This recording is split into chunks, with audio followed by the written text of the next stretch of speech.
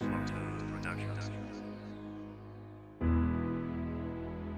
call him a vampire, they call him a killer, not because they have any evidence, but because they saw it on the media. And therefore, I think it would be fair to give him a chance. And as you're doing today, let us hear his story in a more positive way. So our third panelist is Iregi Mwenja. He is a mental health advocate, an ADHD survivor, and the founder CEO of a psychiatric disability organization. So please welcome Iregi.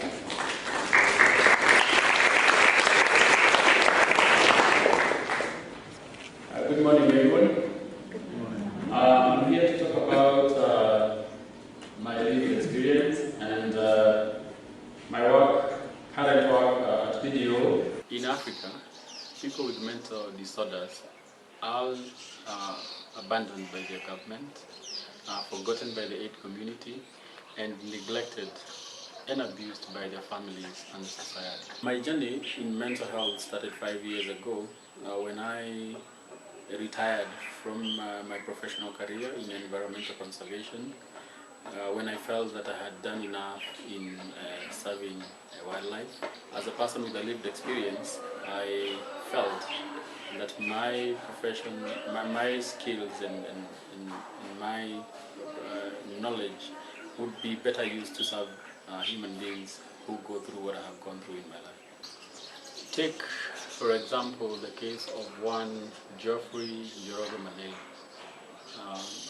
who the media has called a cannibal and the Naivasha vampire.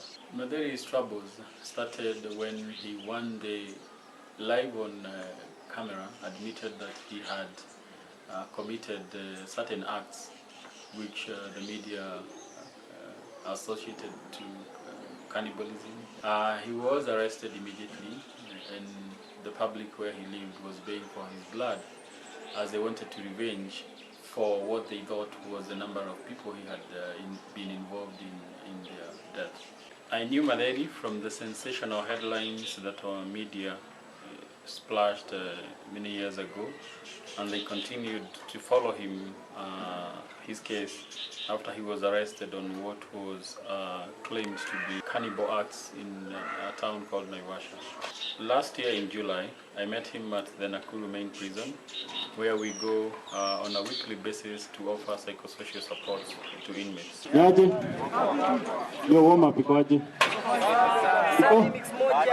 And thank you. I was excited to meet him because I had heard a lot about him, and I had a feeling that whatever the media was saying was not entirely the truth, and he may be suffering from a mental disorder. Geoffrey Matheri, alias Fongo, having confessed to killing hundreds of women, is now a free man.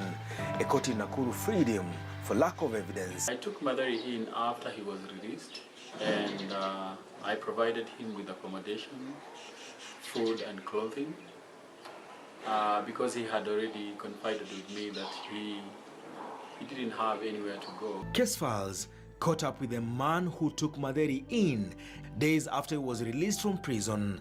Iregi Mwenja, running a small mental health organization, says Matheri has been many faces to many people. With his condition, he suffers from something called delusions.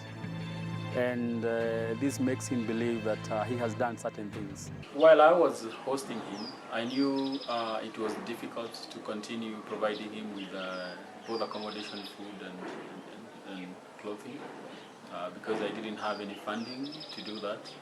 And therefore, I started looking for ways to get him some means of survival and at least some money to just keep him going. I took him to his family, his brother here in Nakuru, and his brother, though happy to see him alive, rejected him immediately after he just confirmed that his brother was alive. Then Matheri had already indicated to me that there were several people who had come to prison, and they had always promised that they are going to help him out once he is released. We took a few numbers and we tried calling them, and none of them came forward to assist.